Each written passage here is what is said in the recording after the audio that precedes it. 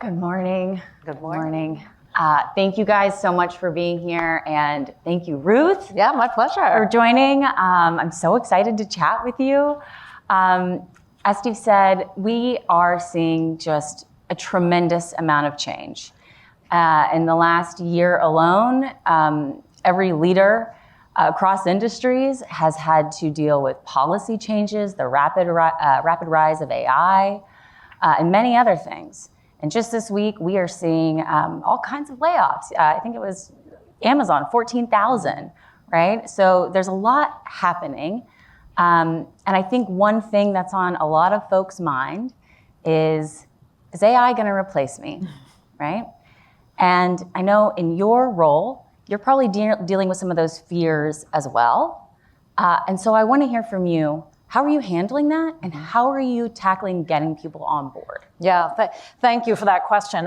It is on everyone's mind. I mean, I joke about it with my friends. And, I have now started using Chat GPT at least once a day, and for my personal life, multiple times a day. But in the office, it's so important that we enable our leaders and our managers and our employees to utilize the tools that are coming. And especially in banking and a lot of industries, we want to be very careful to ensure that, one, we're using it appropriately, but most importantly, that leaders use it as an enabler and that workers use it as an enabler.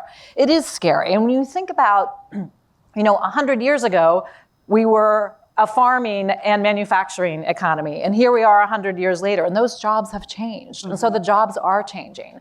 And I think the fear, will AI replace me? I think that's human nature. That's a natural fear. And I think what we have to do and think through is, how do we skill ourselves to ensure that we have a skill set and a mindset that AI can't deliver on. And so if we're in a field that's extremely repeatable or an amalgamator of data and information, those are things that AI can do that exceptionally well, very fast, mm-hmm. very, very efficient, and very correct. But humans still are using that data to make decisions and to think through critical reasoning. And while AI is developing, and who knows what the future holds, we still have a role to play. So we have to continue to train our workforce, continue to train our managers to embrace AI. It's not going away. And so if we have that fear, it's how do we stare down that fear?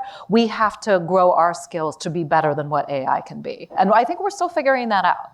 Yeah, and I mean, on that front, what advice would you give for getting people to embrace it? Use it. It's sort of like the conquering all your fears. And even if you're not afraid, just learning about it. And again, I think at Wells Fargo, we talk a lot about embracing the tools in the office and practicing and failing fast and giving it a try. But again, also in our personal life. And I have to say, for me, when I started to use it, it's like, how do I plan a vacation, recipes and so forth. And you think about how you apply it to everyday life. And then in the workplace, I think the more you use the prompts, the more you use your creative mindset on how to ask questions or challenge it, it's so empowering to see the capacity that it frees up to allow us, again, to think about other things, to use more critical reasoning, because the data and analytic piece can be done very, very quickly. Yeah, in terms of skills, you touched on this a little bit, but how are you thinking about skilling people differently? Or what skills are you looking for in this new AI era? So I think the skills, especially using AI, one, get to being very agile, being able to change a mindset, being able to flex with the data and information that we receive. And that's probably true whether AI was staring us down the face or not. This ability to pivot in both our skill set and our mindset, I think, is really important. The other thing is, I think, this notion of critical reasoning. There are a lot of problems that are very complex. And right now, and we'll see how this develops, AI, I don't want to call it binary, but you get an answer. Mm-hmm. And some problems have multiple answers. And how you balance and prioritize on the spectrum of what's important, what's not important, that will change. And again, I think that's where the human mind, the fact that we can empathize, that we have different experiences, you have to balance that with understanding that what AI puts out might not be 100% correct. And this is the challenge that I think managers and leaders have, especially in dealing with customers and clients, is when we're using an agent or a tool that we're validating what comes out. Because AI is based on the information that's out there in the internet and data sets. But again, our human life experience may not exactly be in that data set it's using, and we have to bring our perspective into it. Absolutely. I want to chat a little bit about how the workforce is changing as well. So obviously AI is driving a lot of change, and it feels like we're hearing more and more companies talk about, we're going to use these tools to become more efficient, which means we're going to cap headcount, right? And that means sometimes the stripping of middle managers. In some cases, it also means that there's less entry-level hiring. I would love to learn a little bit about how Wells Fargo is thinking about entry-level hiring. Sure. And what challenges it creates with these workforce changes in terms of creating a leadership pipeline. Yep, that is the challenge. And efficiency isn't a new concept. And for those of us who've been in the workforce for a long time, think back to the .com, think back to financial crisis. And so companies desiring efficiency is something that makes us better as a company, and again, enables us to serve our customers and clients better. But when we think about our entry talent, and this is what I think is probably one of the greatest challenges for this year, it's embracing the art of the possibility with the entry-level talent coming through the door, perhaps right out of college or university, or perhaps out of a trade school, who have a vision and an optimism for the future of being able to see the potential. And I sit on my college board, and I always give it a plug, Dickinson College, Carlisle, Pennsylvania, and I was on campus this last weekend for board meeting and seeing the students think about how AI can really propel us forward, not only in the realm of healthcare, but in society. And so I think having this entry-level workforce who brings a perspective and an optimism that maybe some of us, maybe we are jaded or aren't quite as optimistic. And I think the other thing is this generation and the early talent coming through the door also are such experts in technology. I mean, I'm a Gen Xer, so, I remember starting work with Lotus 1-2-3 and still figuring out email. This generation graduating college and university, they've never known life without a cell phone or the internet. And so we can learn from this generation. And so the work that they do, I think, will enable us actually to use our tools and our AI more efficiently and effectively. I think they will lead us in the creativity to apply these tools to solving the problems that our customers and clients face. Yes, that's great. I mean, also in the same vein on the generational front, I know one thing that our readers are very interested in and that we hear a lot when we talk to different leaders is there are some challenges that come when you have a new younger worker coming to the workplace. And I would love to hear your thoughts on what the biggest difference you see between this younger generation of workers and older folks like myself. In your experience? Yeah, so we talk a lot about this again at Wells Fargo when we talk about helping managers grow and develop talent, whether they're junior talent or not. I think one of the biggest challenges with the Gen Z out there is the ability to focus. And with focus comes prioritization. And when you study like examples of premier leadership, leaders of organizations in Fortune 500 talk about this importance of focus. And we have raised a generation who are brilliant multitaskers. They are brilliant at their phones. They've got 4 apps open at one time. They're learning the dance on TikTok, and they're updating the dating app, and they're scanning the news. And so how do we focus? Because in corporate America, and in particular in banking and a business where we're serving our customers and clients, I need to be focused on my customer and client. That is the number one thing. But I have all these distractions. And how we harness what I talked about, that energy and enthusiasm, and turn that into focus and purpose in a moment to solve a problem, I think is one of the greatest challenges and when we talk about generational differences, I think that's sort of the brain power of how a Gen Xer or a Gen Y may work through a problem versus the Gen Z coming out who want to do 10 things at once. And so it's a skill set that we have to instill. The other thing I would say, and we've talked about this actually, I think with the onset of the internet, is this need for constant gratification and constant and immediate feedback, which again, at Wells Fargo with our entry programs, we see this actually not in our entry programs, but even a few years out of people wanting instant feedback, but instant positive feedback. And so we spend a lot of time with our managers on how to deliver a message that is constructive, but we also need to be motivating because people have choice.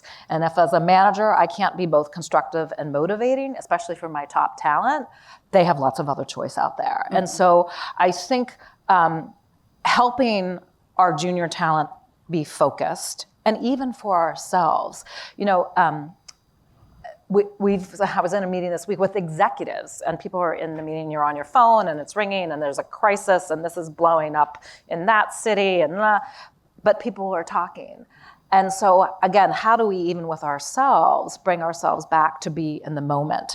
Because there is efficiency in being in the moment as well. And so it's finding that balance. And I think, I'm not sure Wells Fargo has the secret sauce on that. I'm not sure that anyone, if you have the secret sauce, please share. Yeah. But that's one of the things that mindful leaders are actually talking to say, when we're in this meeting, let's not be in the meeting for 45 minutes, let's be in this meeting for 20 minutes, everyone's phone down, focus.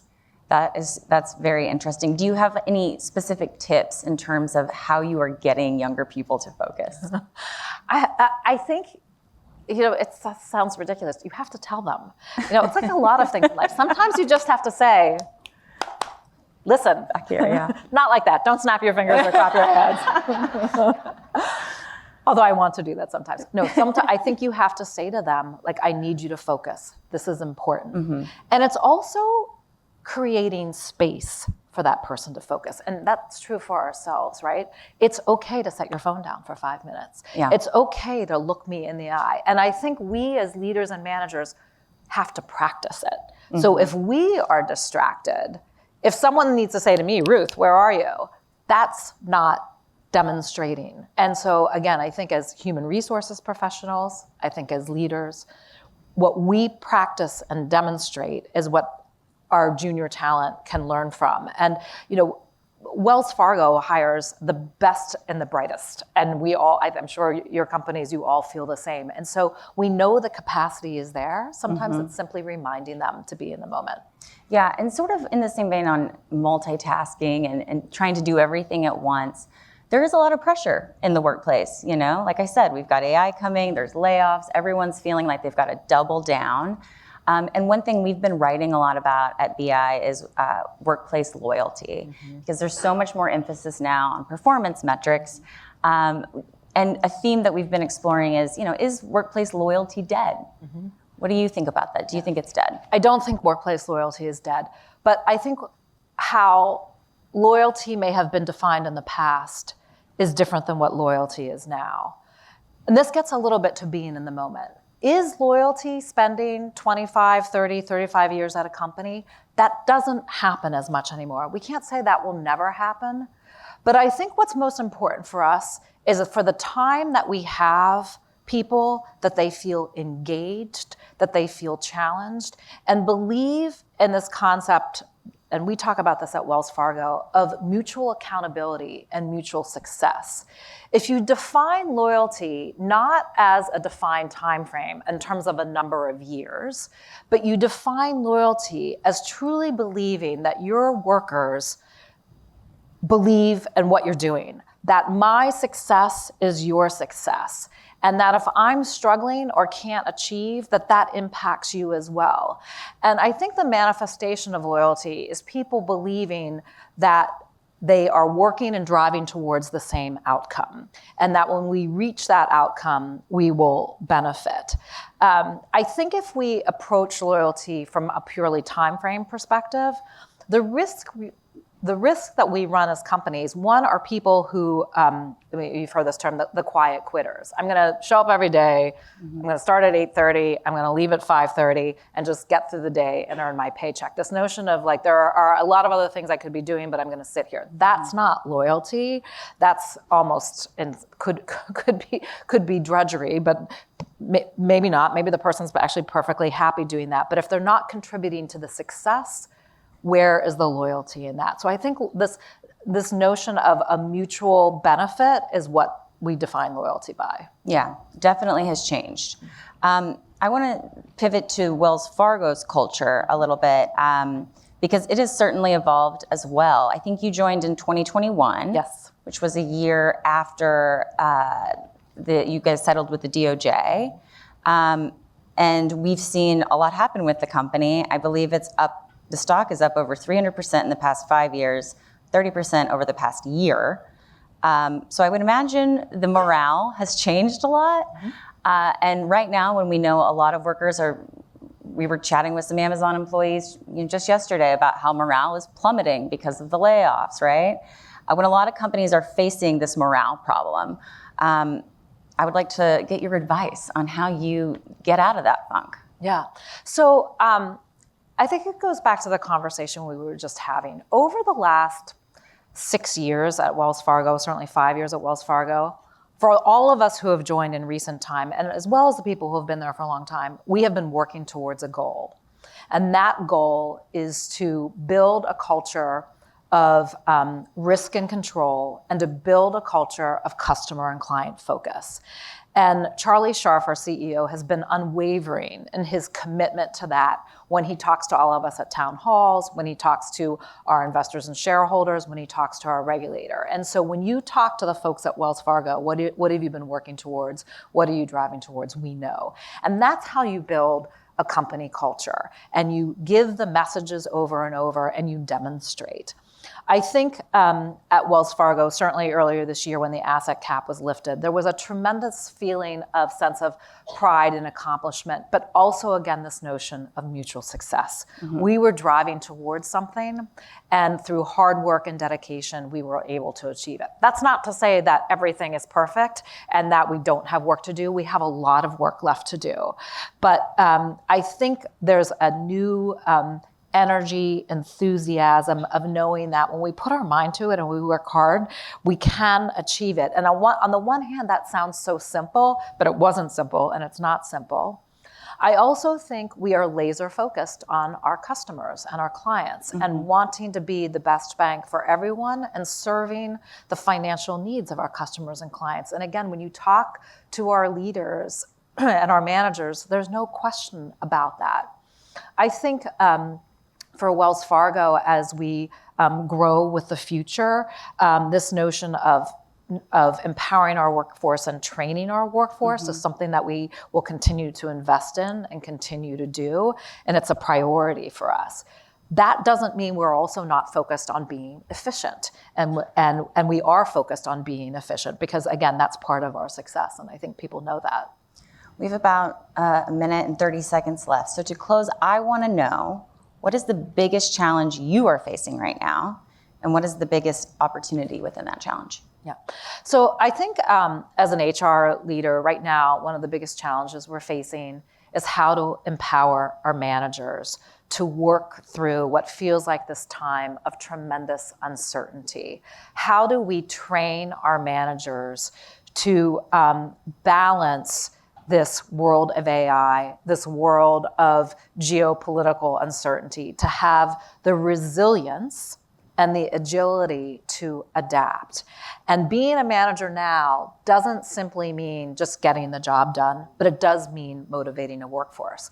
I worry for our managers, not just at Wells Fargo, but I know at companies across this country. Some of them are really tired, and they themselves are struggling with what's happening. And so it's the one thing that I think we have to focus on is helping our managers feel appreciated. And sometimes that just means saying thank you, and acknowledging someone and calling them out for doing a good job, and ensuring that our managers know where to go for help, and know which skills to develop and how to develop them. And I think this challenge is not going away. And I think the astute leaders see it and spend the time to getting out with our workforce, especially if you're dispersed, to be out with your people and listen and hear what's on their minds. And sometimes it's the little things that are our biggest challenge. But if we don't spend the time empowering our managers and training our managers, we will fall behind and we won't be able to serve our customers and clients as well. Thank you so much, Ruth. This was a great conversation. Yeah, thanks, Cadie. Thank you.